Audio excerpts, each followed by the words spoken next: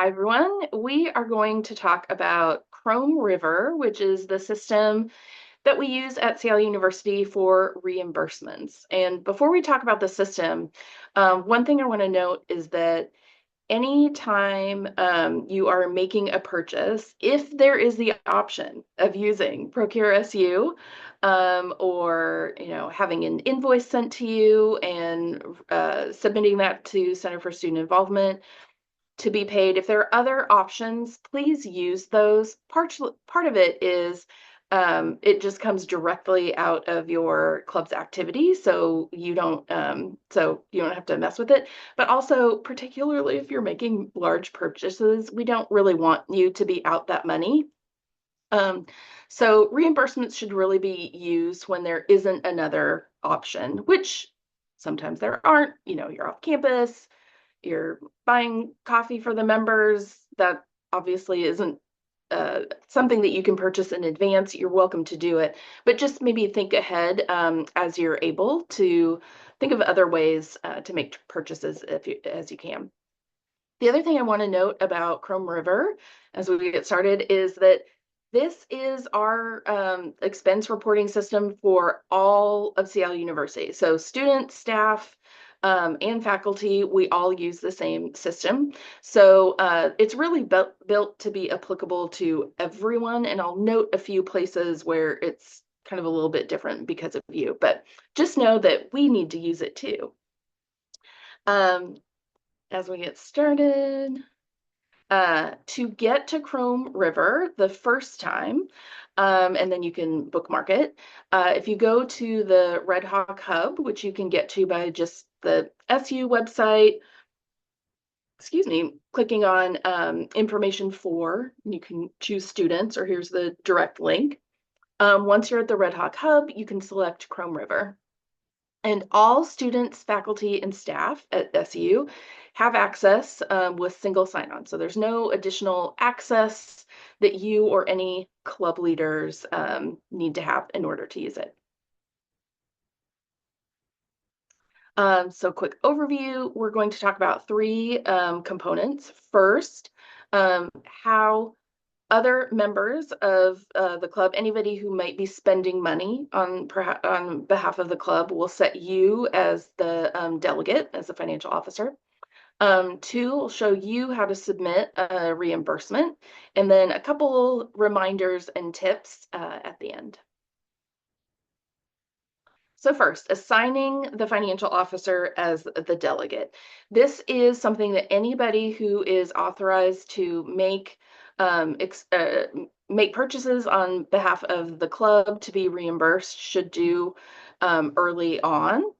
And you're going to do that, or they're going to do that by logging on to ChromeRiver, and you can see up here in the corner. Once they log in, it will show up. So if Peter was doing this, if Peter's the president and I, Michelle, am the financial officer, when Peter logs in, he will see his name here. So you want to click there. And then under account settings, you'll select account settings. And on the next page, the club member, the president, if it was Peter, would choose add new delegates and would select my name or your name, if you're the financial officer, as the person that they want to designate as a delegate. And that sets you up as financial officer as their delegate. And I'll show you why that's important right now. So submitting reimbursement requests. To start a reimbursement, it's important to have some sort of receipt or proof of payment. And in this evidence of payment, there are a couple things that need to be included.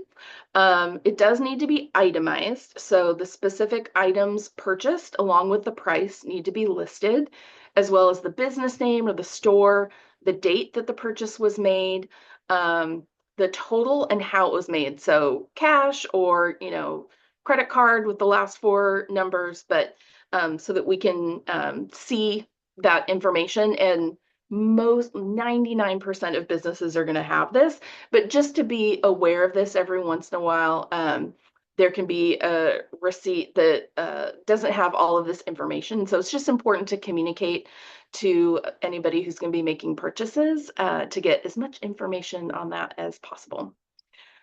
So that receipt will then go to you as the financial officer. So as the financial officer, part of your role is managing reimbursements.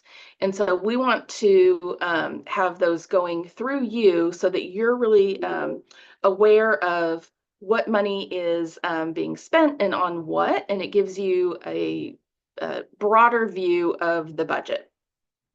So once you have been already previously designated as the delegate, when you log in and go to the ChromeRiver website, you'll see up here that on this page, Marisa is our financial officer in this scenario, and Tobias has designated Marisa as a delegate. So when Marisa signs in, she goes up to the top and can see all of the people, in this case Tobias, that have made her a delegate, and she's going to select Tobias's name because that is the person who will be receiving the payment. So even though you as financial officer are submitting the reimbursement, the payment will go to the person you select. So in this case, that's Tobias. Once that's done, you'll see up here, oh, I'm so sorry. You'll see up here that the name has changed from Marisa after she logged in to now this is being done on behalf of Tobias.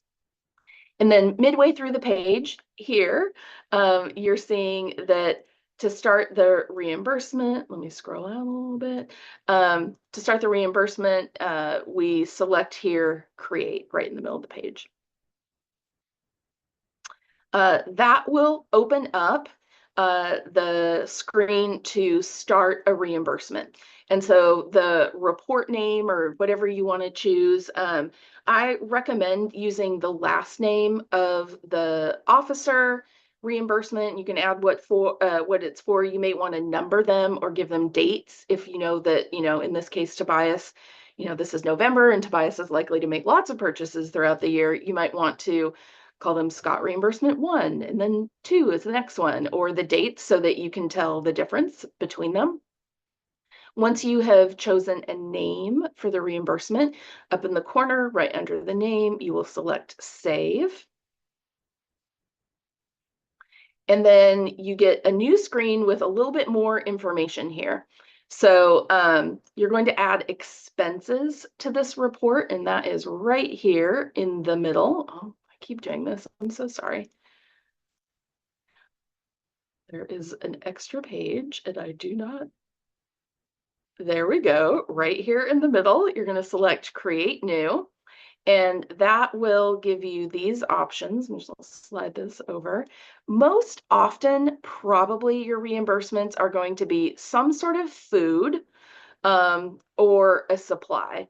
And there might be other options here. You can see, books and periodicals, athletic specific expense. There are options that you can use, but most clubs, these two options are going to be the most current.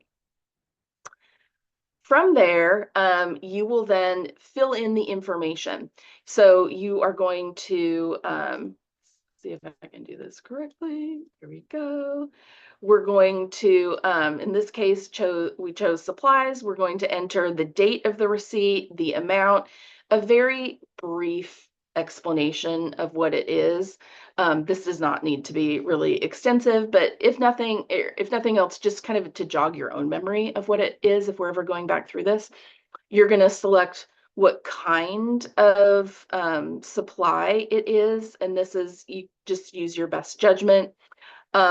You'll fill in your activity or activity string. Here is a little tip. If you don't have the number handy, if you know the name of your activity or there's usually either the abbreviation or the full name of your club, you can start typing it in and it will pop up. Um, and then below here, you'll note it says add attachment. This is where you're going to add a PDF or an image of the receipt that you have. And then you will hit save. But before I show you the final step, the thing I want to note is when you enter the date, if the receipt is more than 60 days old, a little message is going to pop up. And there are two notes about this. First, if possible, I would recommend submitting receipts, every month, if not on a rolling basis. It's easy to sort of lose track when you're busy, and if the person with the receipts is not super worried about it, that's not a big deal, but it's a good practice to pay people back right within a couple weeks of when they've spent the money. But because this system is really built with faculty and staff in mind, we have a rule that we are required to submit reimbursements within 60 days. So the system doesn't tell the difference between you as students or club leaders and us. So just note that if you put in a receipt that is 61 days old, it's going to pop up and it's going to ask you for a reason for why you are submitting this late. It doesn't apply to you, but you do need to type something into the box. Sometimes the tone of the message is a little jarring for people. So, don't take that to heart. You can write in there like, I love CSI, or thanks for the reimbursement, whatever you want. You don't actually have to give a justification, but just don't be thrown off by that. And maybe tell your club members, because sometimes people get upset and I read some really shocking messages in those. From here, and this is the last step, you will hit submit right down at the bottom, and it is off through email. I am approving these all day long. They arrive in my email. I just check if I don't know that you have enough money in your club's activity, and I hit submit, and it's pretty quick. A couple of fun facts or just tips or things to know. SU cuts checks, meaning we write checks if that is the form of payment, once a week, and it's on a Wednesday. So if you submit a ChromeRiver reimbursement on a Monday, it's very likely that payment's going to get processed on Wednesday. If you submit one on a Thursday, it's going to wait until the following Wednesday. So it happens pretty quickly, but when a matter of days matters, it's just good to know that. When a payment is made, there are two ways that that payment is done. If you are a student, employee, have been, or have had reason to give your direct deposit information to the university for another reason, it will go right into your bank account, or the person who's being reimbursed, it will go right into their bank account. If you're not a student employee, a physical check will be mailed to the home address, like where you are currently living, I'll say it that way, your current address, listed on My Seattle U. So it's a good note that if you're expecting a reimbursement, it might not be a bad idea to go to My Seattle U and just check the current address that the university has listed. And then the final thing to note is that if you purchase food, and I'm telling you something really important at the very last minute, if you were off campus and the group went to coffee and somebody bought coffee for everybody, you need a list of all of the people that were there at that meeting. So anytime somebody is buying food, it's a good practice that in addition to the receipt, just jotting on a sticky note or an accompanying piece of paper, everybody who's there. So, pay for the coffee, get the receipt, just jot down maybe in my phone a note who all is here so that I have that to give to the financial officer when I submit that. So that is everything that you need to know about ChromeRiver. Once you do it the first couple times, I think it becomes pretty routine. But again, Center for Student Involvement is always here for moral support or to help with tricky situations. And you can contact us at involvement@seattleu.edu anytime. Thanks.